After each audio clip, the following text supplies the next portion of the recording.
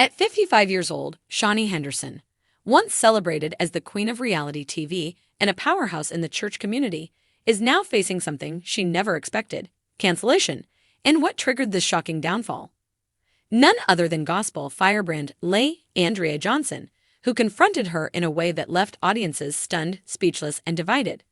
This isn't just a celebrity spat. This is the kind of moment that can shift reputations forever. Stay tuned, because what happened next will change the way you see both Keion and Andrea. Keion Henderson's name has carried weight for decades. From her days as the ex-wife of NBA legend Shaquille O'Neal to her powerful role as the executive producer of Basketball Wives, Keion carved out a space as a businesswoman, mother, and cultural influencer. But now, at 55, she finds herself at the center of a controversy that has left fans wondering if her empire is starting to crumble.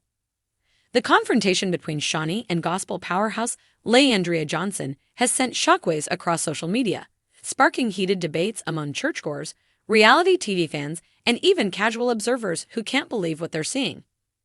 Was Andrea out of line for calling her out so publicly? Or did she expose something that people have been whispering about for years? In this video, we're going to break down exactly what happened, why Andrea felt the need to confront Keion, and how this shocking moment could reshape Keion's public image forever. You won't believe the behind-the-scenes details, the hidden tensions, and the responses that are now fueling this fire. And trust me, the deeper we dig, the more explosive it gets. So grab your seat, because this is where the story turns from a celebrity clash into a cultural moment. By the end of this video, you'll understand not just what happened between Keion and Andrea, but why it matters in the bigger picture of fame, faith, and accountability. To really understand why this moment between Keion Henderson and Andrea Johnson is so explosive, we first need to look back at who Keion is and how she built her reputation. Because this isn't just about one confrontation, it's about years of public perception, power, and influence. Keion Henderson, born Vashandia Harlette Nelson, came into the spotlight as the wife of NBA legend Shaquille O'Neal. During their high-profile marriage, she was often painted as the supportive partner, standing beside one of the most dominant players in basketball history. But Keion was never content to simply stand in the background. Even during her marriage, she began cultivating her own identity, making business moves, and positioning herself as more than just Shaq's wife. After their divorce, Keion didn't fade away. If anything, she became more visible.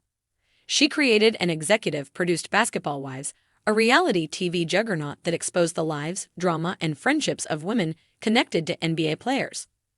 Some critics praised Keion for giving these women a platform, while others accused her of exploiting personal drama for ratings. Either way, she became a household name in entertainment, cementing her role as a media figure who knew how to keep people talking. But Keion's influence didn't stop there. Over the years, she began positioning herself within faith-based spaces. She married Pastor Keion Henderson, aligning herself with a new audience, one rooted in faith, spirituality, and leadership. This marriage expanded her reach, merging her reality TV fame with the image of a supportive first lady in the church. For some, this was inspiring, a woman who had experienced public ups and downs but was now embracing a role of faith and service. For others, it was controversial, sparking questions about authenticity, motives, and whether reality TV drama could coexist with spiritual leadership. This is where things start to get interesting. Keion has always balanced two worlds: the glitz and chaos of entertainment and the more serious, reverent space of ministry. That balance created tension. People respected her hustle, but they also scrutinized her moves with sharper eyes. When you put yourself in the position of both a public influencer and a spiritual leader's wife, the margin for error becomes much smaller. One wrong word, one misstep, and critics are ready to pounce. So when gospel powerhouse Andrea Johnson decided to confront Keion, it wasn't happening in a vacuum. It was happening against the backdrop of years of perception, of Keion being seen as both a business mogul and a woman of faith, a media queen, and now a church leader's partner. That dual identity is what makes this where the story gets even more intriguing.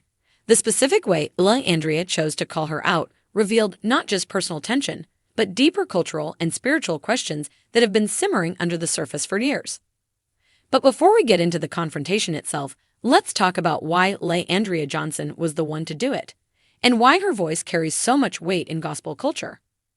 If Keion Henderson represents polish, business acumen, and calculated image building, then Leandria Johnson represents raw honesty, unfiltered passion, and the kind of authenticity that cannot be contained. Understanding who Leandria is and why her confrontation with Shawnee matters requires looking at her unique journey in gospel music and ministry. Leandria Johnson is not your typical gospel artist. From the very beginning of her career, she stood out. After winning Season 3 of Bede's Sunday Best in 2010, her powerful, soulful voice immediately captured hearts. But what really separated her from so many others was not just her voice, it was her realness. Leandria never pretended to be perfect. She openly shared her struggles with alcohol, with faith, with life. And instead of that disqualifying her in the eyes of her fans, it made her more relatable. The church world, however, didn't always know how to handle someone like Leandria. While traditional gospel often thrives on a carefully polished image, Leandria brought transparency. She would sing about God's grace one minute and admit to wrestling with her personal demons the next. To some, this was scandalous.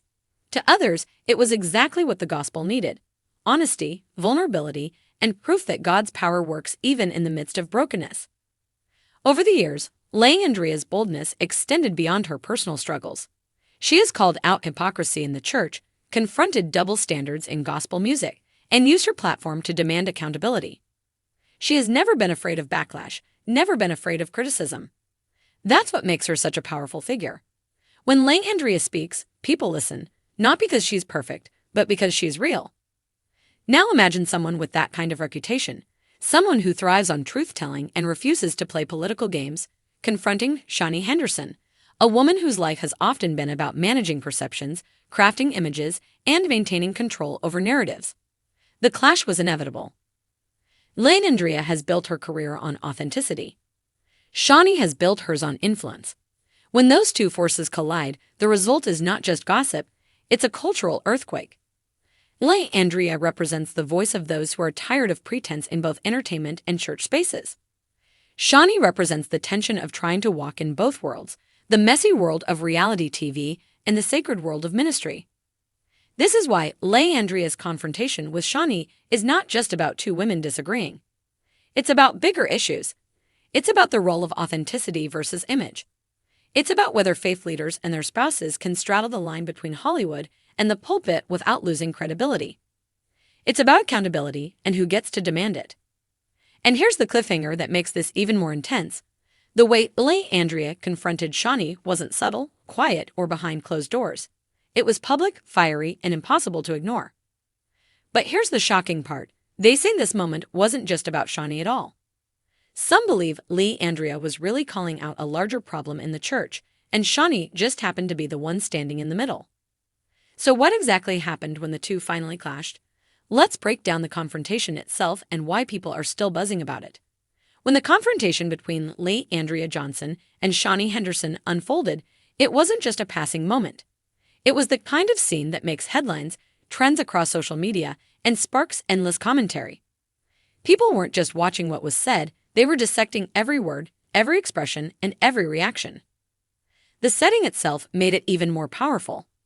This wasn't a private exchange in a green room or a hushed conversation away from cameras. This was a public stage, a gathering where both women's reputations were on full display. The audience was watching, the cameras were rolling, and every word carried weight. That's part of what made this moment so unforgettable. Leandria, known for her unapologetic boldness, didn't ease into the confrontation. Her tone was fiery, her body language commanding. She challenged Shawnee in a way that was both direct and unsettling.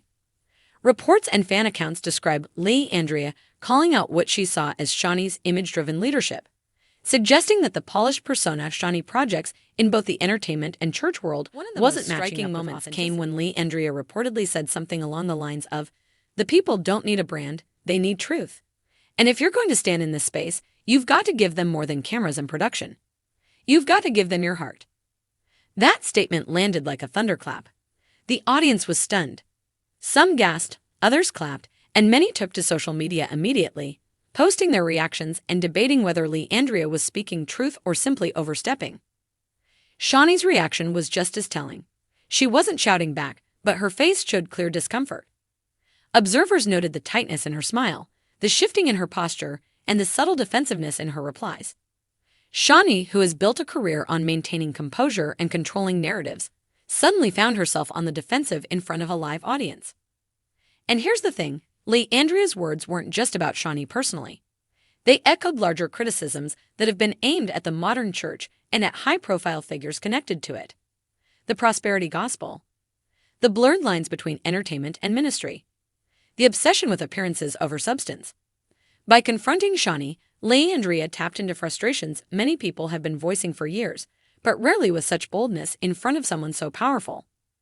The aftermath was immediate. Clips of the moment went viral, with hashtags connected to both women trending on Twitter, Instagram, and TikTok. Bloggers, vloggers, and church commentators all jumped in, dissecting what happened and what it meant. Some praised Leandria for having the courage to say what others wouldn't dare to say. Others criticized her for being disrespectful, accusing her of crossing boundaries and humiliating Shawnee unnecessarily. But here's where the story gets even deeper. Insiders say this wasn't the first time tension had been brewing between the two. There had been whispers of Leandria questioning Shawnee's role as a first lady long before this confrontation. So when the moment came, it wasn't just spontaneous, it was the explosion of something that had been simmering behind the scenes for a long time. This raises the question, was Leandria confronting Shawnee, the individual, or was she confronting what Shawnee represents, the blending of fame, influence, and ministry, in a way that many find troubling? And here's the cliffhanger. The fallout didn't end with the confrontation itself. What happened afterward, how fans responded, how church communities reacted, and how Shawnee herself handled the narrative was just as dramatic, if not more.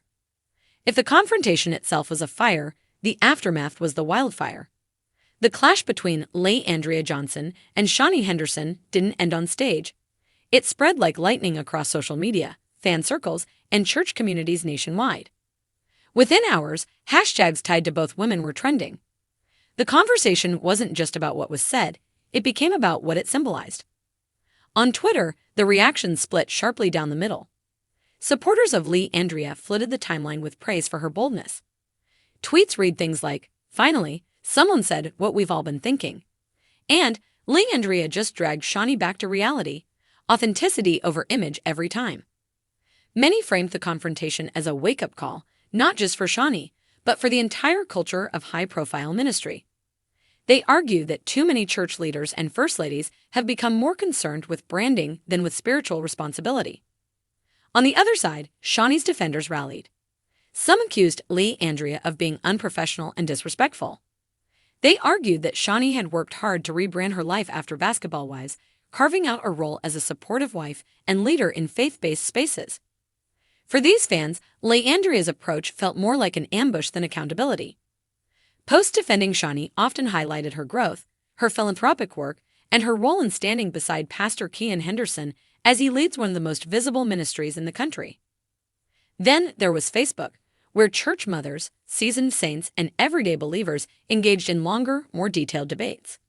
Entire threads popped up in church groups with titles like, "Was Leandria right or wrong?"